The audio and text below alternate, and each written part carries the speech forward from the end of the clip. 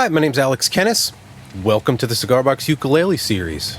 This is going to be something a little bit different if you've looked back in my recent videos, but I was looking for like an interdisciplinary project, so I wanted to find a project that took people who had interest in a particular area and draw them into other areas that they might not experience otherwise.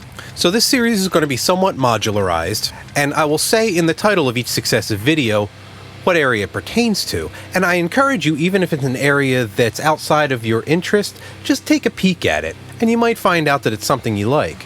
And don't worry, anyone that's been following me for just CAD stuff, or just music tech stuff, or just 3D printing stuff, I'm not going to put everything on hold and do this series straight through. Just like my other series, I'm going to weave this in and out of those types of videos. So you'll probably get like one of these videos a week, maybe then an Arduino video, maybe then a CAD video, that sort of thing.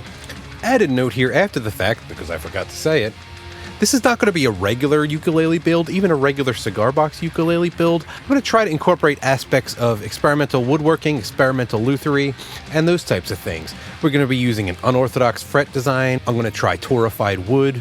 It's going to be a headless design. So if you nerd out over that kind of stuff, you'll like this. And in the interest of full disclosure, I've already filmed a lot of these videos because I just didn't have time to edit them and get them out with all the other projects that I have going on. And let me tell you how this idea came around. I got a text from one of my sisters a little while ago saying that right down the street from me, there was going to be a concert that my little nephew wanted to go to with my brother-in-law. And it was about 2-3 weeks out from the show. Now, I'm going to leave names of family members out of this because I don't know you people. Crazy internet creepers. So that's just a heads up to anybody who knows me or my family. Don't go posting in the comments, because as we've seen with the recent Facebook fiasco, better to be paranoid. Anyway, so my nephew plays guitar and ukulele, and I thought this would be great to use this as an opportunity to make him a little fun instrument, and I figured he might get a kick out of watching these videos and seeing how it was built, and I can use that as the interdisciplinary video series that I've been looking for. So anyway, enough of the setup. Let's get to the initial planning phase, where I just sketch things out on paper, and then we'll go through each step of the way with these videos coming out maybe a week apart, woven in with all of my other videos. So if this is a project you're interested in following, click subscribe right down there and hit the notification bell so they let you know when a new video comes out. But without further ado, part 1, the planning phase. This is the box that I got.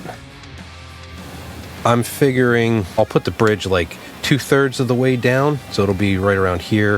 And as far as construction, I guess I'll leave the front and the back floating, and then I'll mount the bridge on the top. So I'll notch this on the front and the back, and then we'll have the fretboard out here, and then I'll probably put the tuners down at the bottom. That'll make it more travel guitar-y because we won't have a big long, cantilevered neck sticking off the top. This box is made out of some kind of cedar, and it has these nice little brass tidbits on it that make it look cool.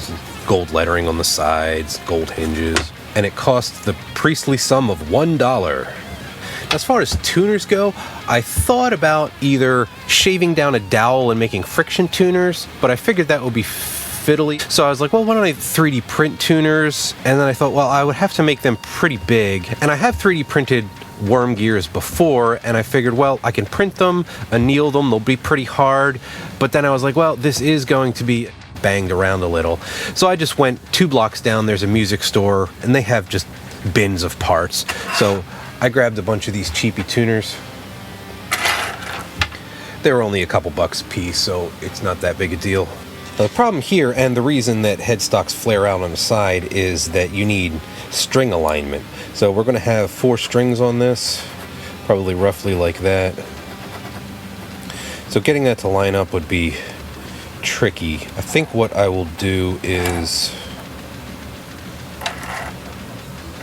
which still has that, side-by-side kind of cool feel, but it's in line like a single-sided headstock. Length we'll need this thing to be is there and there. It's like 4.5 inches. I don't know whether I'm going to use some kind of tail piece to guide the strings, or if the bridge can do that. We'll figure that out as we go along. So I guess I'll leave 5. Now the size of this box, let me get a tape measure so you can see that better. The size of the box is a little under 10, so we'll say like 9.5 by a little over 8. And it's pretty shallow for an instrument. It's not even 1.5 inches. And according to the interwebs, the body on like a soprano or a super soprano ukulele is 9.5 inches long. A soprano has a 13.5 inch scale length, and then the super soprano is 14.75 scale length with the same body. A concert ukulele shares the scale length, but the body is a little bit over 11 inches. We're going to fall somewhere in between here, so I will keep this scale length, or maybe a 15-inch scale length, or 14, I don't know, whichever is less weird. And for a neck, I'm going to use this guy. It's just a piece of flame maple that I picked up at a hardware store. This was like $1.69 a foot, I think, or $1.59 a foot, something like that. So if we're talking 5 inches from here to here, plus 15 inches or so, and then a little bit up at the top for the headpiece, you know, that's 20 inches, and then we'll just round up to 2 feet. So it's going to be about that big, which is not going to fit on the camera, so I will have to find a different way to film this when I put all that together. And I think in the spirit of experimental lutherie, as far as the frets, it'll be a nylon string, so they don't have to be too tough. And I do have a lot of regular fret wire, and as you know, with that you have the crown of the fret and then the tang down here with the barbs to hold it in. You cut a slot in the wood and then hammer this in on each side. You tack it down and then tack it in the middle and all that jazz. But I got this jeweler's wire that's half round, so it's flat on the bottom and it's round on the top. And this is 10 gauge, so it's about the size of jumbo frets, which is obviously overkill for a ukulele. But I want to try cutting this to length and then adhering it to the flame maple in some way and see how that holds.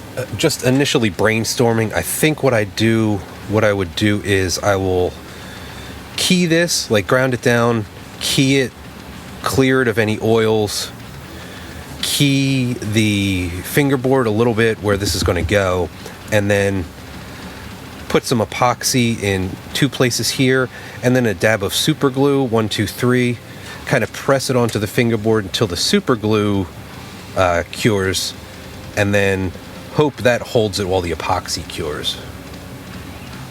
So I'll have to use an epoxy that cures rather than dries. A glue is going to dry and change the dimensions because the solvents evaporate off and leave the solids underneath. But if I can find an epoxy that cures and doesn't either swell or contract, I think that'll work great.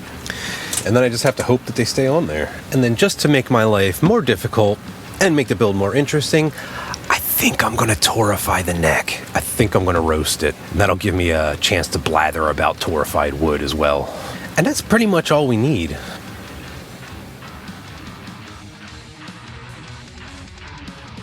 And as far as the bridge, since what I have is, we have a cigar box here, and then our top is suede, it's going to be kind of fuzzy. Neck's going to be down there, and then our tuners are going to be up here.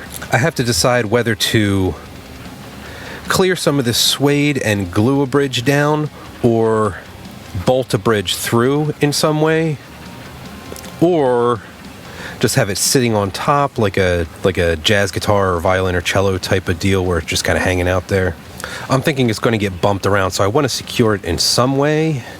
But because of the way this wood's going to be through the body, I'm not going to be able to put a whole lot of angle on the neck unless I want to do a clever carve of the neck, which maybe I'll do. I'll have to see how I feel about it. But my plan is to, if this is the edge of the body, I want to have the neck running through like this. And the neck, there's not going to be a separate fingerboard. It's just going to be the neck itself. So I will notch that out to fit underneath the top. And then notch it and maybe angle it on the back end.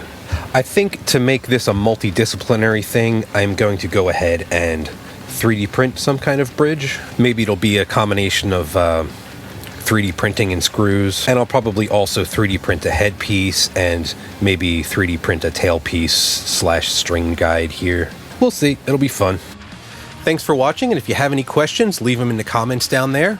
Like I said before, I'm going to be putting these out maybe a week apart or so, woven in with other videos. So click subscribe and hit the notification bell if you want to see when those come out. I have support information in the links below. So between now and the next video, get out there and make something awesome.